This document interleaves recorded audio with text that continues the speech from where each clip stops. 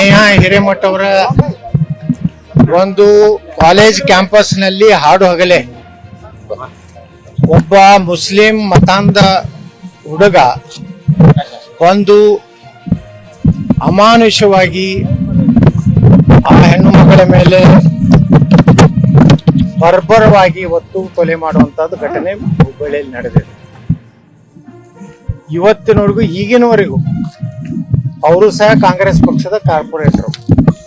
ಈ ರಾಜ್ಯದ ಮುಖ್ಯಮಂತ್ರಿಗಳು, ಗೃಹ ಮಂತ್ರಿಗಳು ಒಂದು ಮಾನವೀಯ ದೃಷ್ಟಿಯಿಂದಾದರೂ ಅವ್ರನ್ನ ಕುಟುಂಬದವ್ರನ್ನ ಮಾತಾಡಿಸಿ ಏನಾಗಿದೆ ಅನ್ನೋಂಥದನ್ನ ಅವ್ರ ಬಾಯಿಂದ ಕೇಳೋದು ಬಿಟ್ಟು ಒಬ್ಬ ರಾಜ್ಯದ ಮುಖ್ಯಮಂತ್ರಿ ಬೇಜವಾಬ್ದಾರಿತವಾಗಿ ಇವತ್ತು ಅವರ ವೈಯಕ್ತಿಕ ಇದರಿಂದ ಆಗಿದೆ ಅಂತ ಅವ್ರು ಹೇಳ್ತಾರೆ.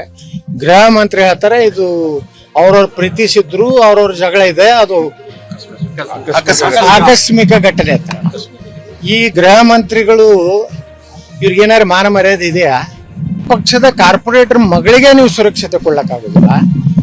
ಇಂಥ ಒಂದು ವಾತಾವರಣ ಒಂದು ರೀತಿ ಕರ್ನಾಟಕದಲ್ಲಿ ಹಿಂದೂ ಹೆಣ್ಮಕ್ಳು, ಹಿಂದೂಗಳು ಇವತ್ತು ಹೊರಗಡೆ ಬರಲಾರಂತ ಪರಿಸ್ಥಿತಿ ಈ ರಾಜ್ಯದಲ್ಲಿ ಒಂದು ರೀತಿ ಪಾಕಿಸ್ತಾನದಲ್ಲಿ ಕೇಳ್ತಾ ಇದ್ದೀವಿ ಅಂತ ಘಟನೆಗಳು. ಇವತ್ತು ಎಲ್ಲ ಸಮುದಾಯಗಳನ್ನು ಸಮಾನವಾಗಿ ನೋಡ್ಕೊಂತಾರೆ.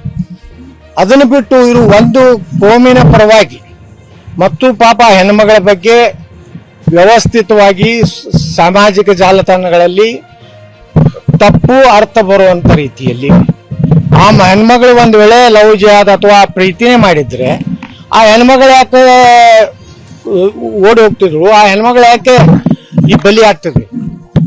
ಪ್ರೀತಿನೇ ಮಾಡಿದ್ರೆ ಆ ಕಾರ್ಯ ಹತ್ತಿ ಹೋಗ್ಬಿಡ್ತಿದ್ರು. ಇವ್ರಿಗೇನು ಮಾನ ಮರ್ಯಾದೆ ಇದೆಯಾ? ಈ ರೀತಿ ಇವರು ಕಾಂಗ್ರೆಸ್ನವರು ಹೇಳ್ತಾ ಇದ್ದಾರೆ. ನಾ ರಾಜ್ಯದ ಮುಖ್ಯಮಂತ್ರಿಗಳಿಗೆ ಹೇಳ್ತೀನಿ, ನಿಮ್ಗೆ ಮಾನ ಮರ್ಯಾದೆ ಏನಾರು ಇದ್ರೆ ಏನು ಪೂರ್ಣ ಪ್ರಮಾಣದ ಎನ್ಕ್ವೈರಿ ಮಾಡಬೇಕು. ನಿಮ್ಗೆ ತಾಕತ್ತಿದ್ರೆ ಎನ್ಕೌಂಟರ್ ಮಾಡ್ರಿ ಅಂತವ್ರು.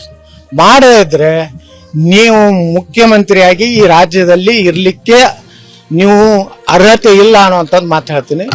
ಈ ರೀತಿ ಘಟನೆ ಆದ್ರೆ ಇನ್ನೇನು ಹಿಂದೂಗಳು ತಮ್ಮ ರಕ್ಷಣೆಗಾಗಿ ಅವರು ಏನು ಹೊರಗೆ ಬರ್ಬೇಕಾ? ಅವರು ಆಯುಧಗಳನ್ನು ಇಟ್ಕೊಂಡು ಅಡ್ಡಾಡ್ಬೇಕಾ? ಇನ್ನು ಹಿಂದೂಗಳು ಹೇಳ್ಬೇಡಿ, ನಮ್ಮ ರಕ್ಷಣೆ ನಾವು ಮಾಡ್ಕೋತೀವಿ. ನಿಮಗೆ ಸರ್ಕಾರಕ್ಕೆ ಆಗಲಿಲ್ಲ ಅಂದ್ರೆ ಅವರು ಗಾಂಜಾ ಸೇರಿ ಗಾಂಜಾ ಇದರಲ್ಲಿ ಬಂದು ಇಂಥ ಘಟನೆಗಳನ್ನು ಮಾಡ್ತಾ ಇದ್ದಾರೆ. ಪೊಲೀಸರಿಗೆ ಬೆದರಿಸ್ತಾ ಇದ್ದಾರೆ.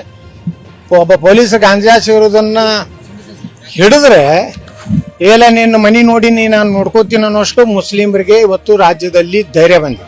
ಮುಖ್ಯಮಂತ್ರಿಗಳಿಗೆ ಏನಾದರೂ ಮಾನ ಮರ್ಯಾದೆ ಇದ್ರೆ, ಗೃಹ ಮಂತ್ರಿಗಳ ಮಾನ ಮರ್ಯಾದೆ ಇದ್ರೆ ಕನಿಷ್ಠ ಈ ಕುಟುಂಬಕ್ಕೆ ಮಾತಾಡಿಸಿ ಸಾಂತ್ವನ ಹೇಳಿ ಏನಾಗಿದೆ ಅನ್ನುವಂಥದ್ದು ಒಬ್ಬ ಪೊಲೀಸ್ ಅಧಿಕಾರಿ ಕಡೆಯಿಂದ ಎನ್ಕ್ವೈರಿ ಮಾಡಿಸಿ ನ್ಯಾಯ ಕೊಡಬೇಕು. ಆ ಒಂದು ವ್ಯಕ್ತಿಗೆ ಸುಪ್ರೀಂ ಕೋರ್ಟ್ನ ಒಂದು ಹೇಳಿದ ಇಂಥ ಪ್ರಕರಣಗಳಲ್ಲಿ ಎಲ್ಲ ಸಾಕ್ಷ್ಯಾಧಾರಗಳನ್ನು ತಗೊಂಡು 3 ತಿಂಗಳಲ್ಲಿ ಕಠಿಣ ಶಿಕ್ಷೆ ಆಗಬೇಕು ಅನ್ನೋಂಥ ಸುಪ್ರೀಂ ಕೋರ್ಟ್ ಒಂದು ರೂಲಿಂಗ್ ಇದೆ.